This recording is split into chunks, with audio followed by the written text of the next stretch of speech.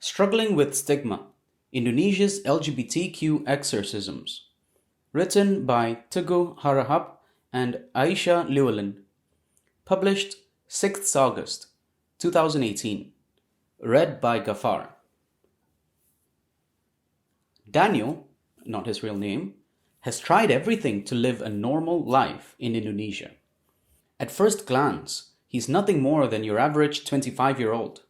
He lives in Medan, North Sumatra, and is finishing law school in the hope of becoming a notary. He's also married to a woman who used to be his neighbor. No one would suspect from just looking at him that he's guarding a deep secret about himself. For the sake of being considered normal in Indonesia, Daniel pretends that he isn't gay. Closeted homosexuals aren't uncommon in Indonesia, a country where being queer still carries a huge amount of stigma, but Daniel feels, deep down, like he's been banished from his own life. With his true self suppressed, he can only dream that one day he'll be free to live the life that God gave him, as a gay man. There's nothing wrong with my life now, only that I'm not being true to myself by living in Indonesia. I have a dream of moving to Bangkok. I think that's where my life would be normal and I could be myself every day, he says wistfully.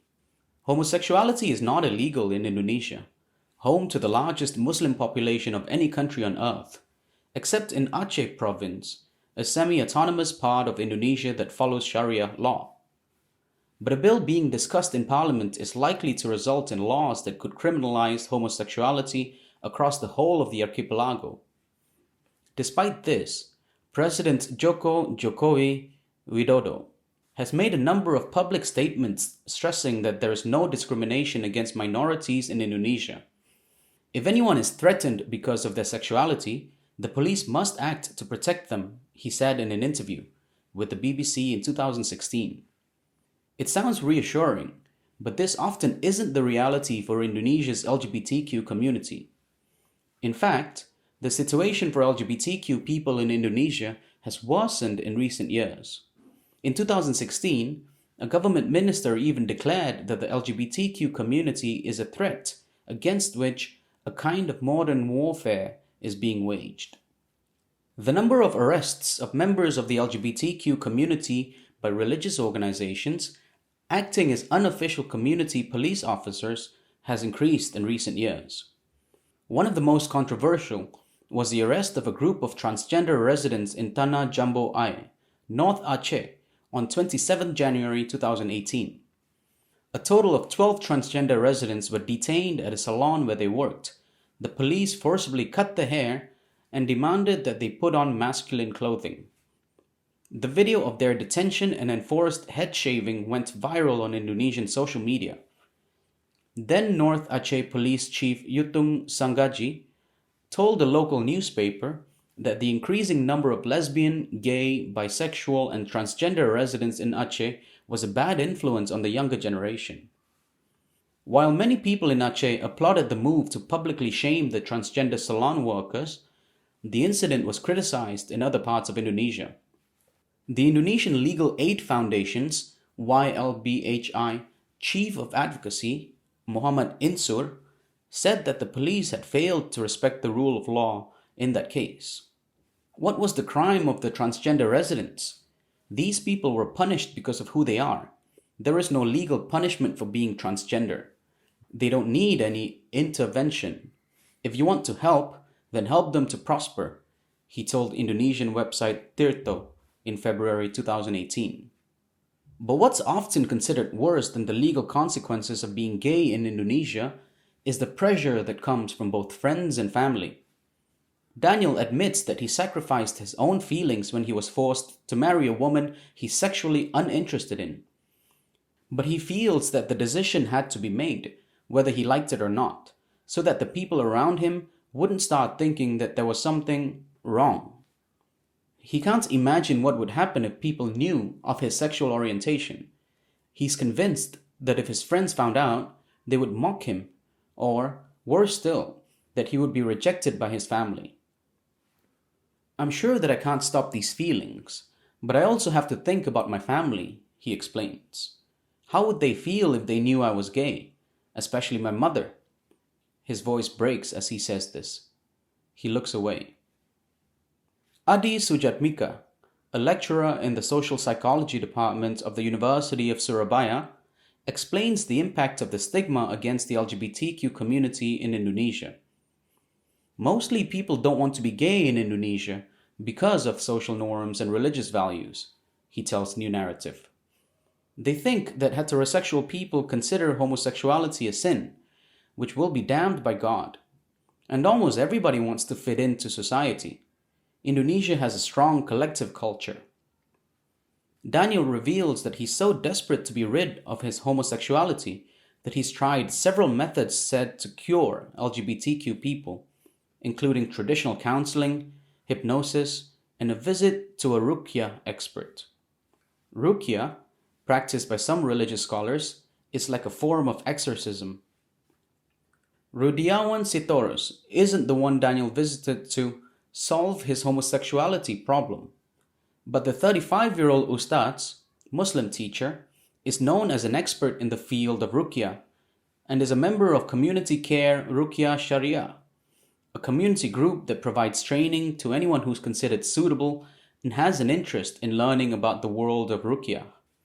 Sitorus opened his own ruqyah practice in his home 3 years ago and reveals that the number of LGBTQ patients has been steadily increasing. In Indonesia, ruqyah is also used for anything from health problems like arthritis and asthma to issues such as a failed business or struggling relationship, all of which are said to be caused by the same kinds of demons that caused homosexuality. Sitorus says that ruqyah Sharia, which uses recitations of verses from the Quran and the Hadiths, is permissible in Islam. I believe that LGBTQ behavior is a sickness and that it's caused by physical and mental disturbance from jinn, demons, who have succeeded in controlling the patient's body, he explains. Therefore, we read short verses from the Quran and the Hadiths, which we believe will make the jinn who control the patient afraid, and they will then leave the patient's body. It's clear that Sitorus thinks homosexuality or gender incongruence, the term the World Health Organization uses to refer to people who are transgender or genderqueer, is caused by a demon-triggered mental health disorder, as opposed to a natural part of one's identity that cannot be cured. It's a commonly held belief in many societies that don't affirm LGBTQ identities, including in neighboring countries within Southeast Asia. Growing up in such an environment, LGBTQ people themselves might internalize such beliefs. Sitorus says his patients come to him because they want to recover from being gay and believe that their behavior can be corrected. For many people, ruqyah is a favored choice of conversion therapy, as it's considered permissible in Islam, as opposed to visiting a traditional Indonesian shaman known as a dukun, a practice prohibited in the Muslim faith, as shamans are said to use sorcery.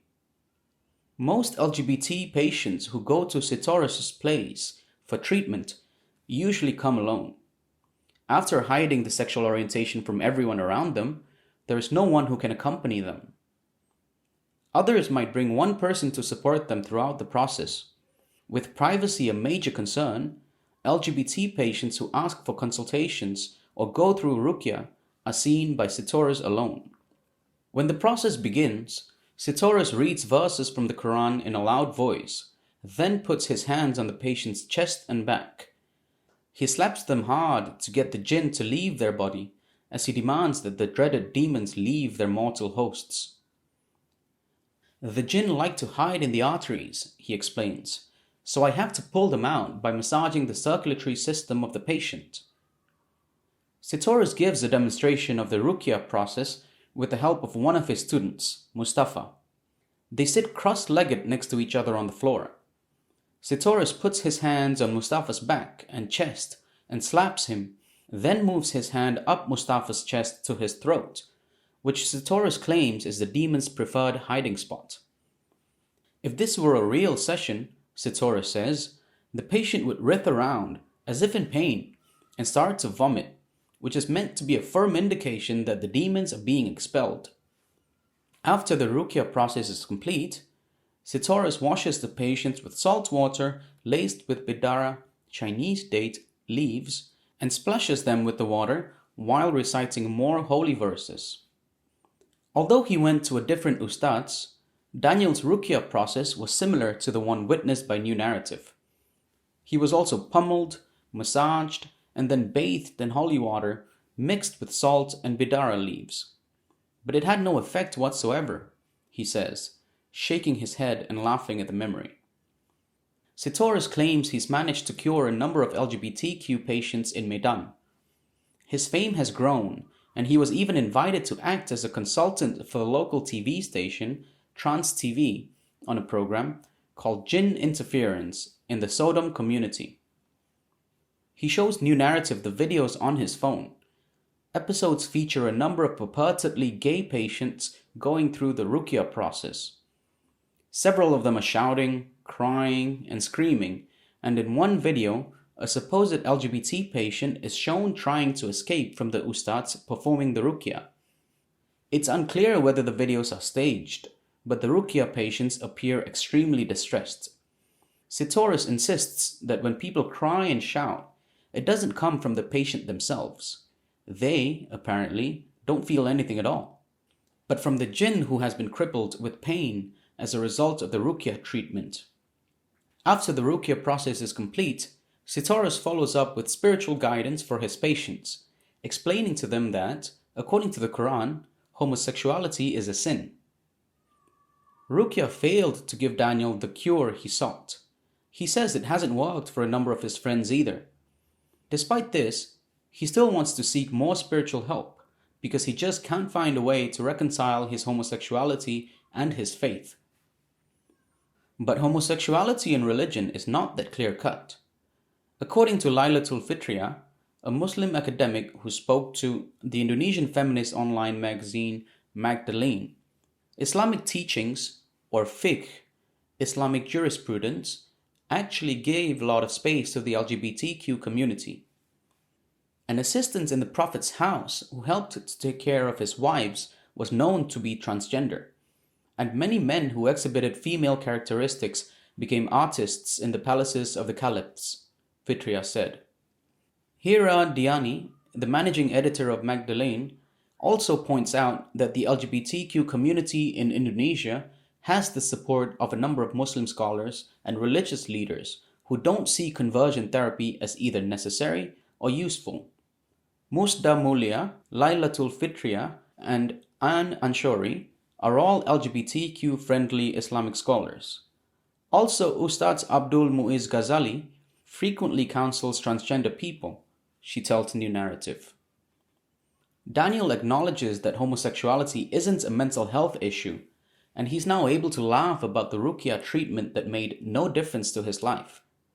But for some, conversion therapy can have serious consequences. According to a report by the American Psychiatric Association, conversion therapy or reparative therapy, like ruqya, can have a serious impact on patients, even if they voluntarily sought such therapy. The report states that the potential risks of reparative therapy are great and include depression, anxiety, and self-destructive behavior, since therapist alignment with societal prejudices against homosexuality may reinforce self-hatred already experienced by the patient.